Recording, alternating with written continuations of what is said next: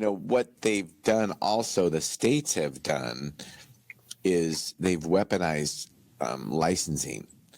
So, the state gives a license and the state can take that license away if you don't fall in line. And we were told as pharmacists in August of 2020 or 21, I think it's 21, if anybody is, if we see as pharmacists, anybody prescribing outside the FDA approval guidelines for ivermectin, please feel free to turn them into the appropriate licensing board. And that's what a lot of pharmacists did. I have never in my 30 years of practice ever seen something like that before.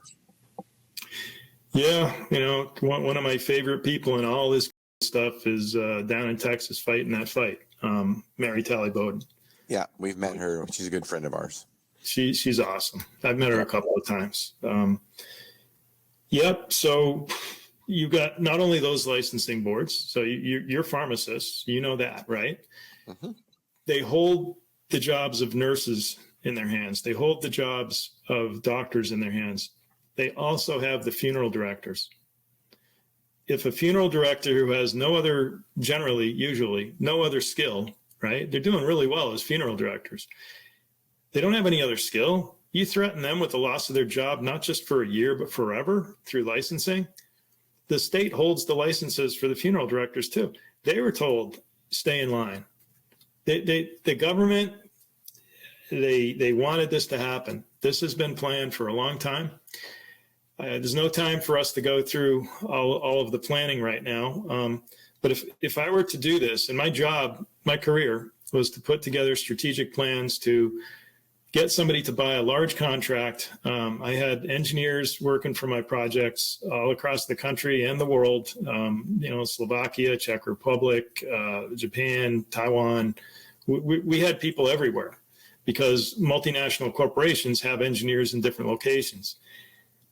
They would perform the tactics that aligned with the strategy that I set out to win the deal. And I had very large contracts and it was very involved. And so people don't like it when I use the word manipulation, right?